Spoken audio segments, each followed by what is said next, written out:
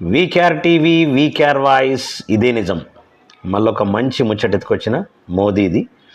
యువతకు అందుబాటులో కొత్త ఉపాధి అవకాశాలు. దేశాభివృద్ధికి నూతన ఆర్థిక విధానాలు అమలు చేస్తున్నామని స్వాతంత్ర దినోత్సవం సందర్భంగా ఎర్రకోట వద్ద ప్రసంగంలో పీఎం మోదీ తెలిపారు. ఉపాధి కల్పనలో గణనీయమైన ప్రగతి సాధించామని, యువతకు కొత్త ఉపాధి అవకాశాలు అందుబాటులో ఉన్నాయన్నారు. అన్ని రంగాల్లో ఆధునిక సాంకేతికతకు పెద్దపీట వేస్తామని ప్రకటించారు.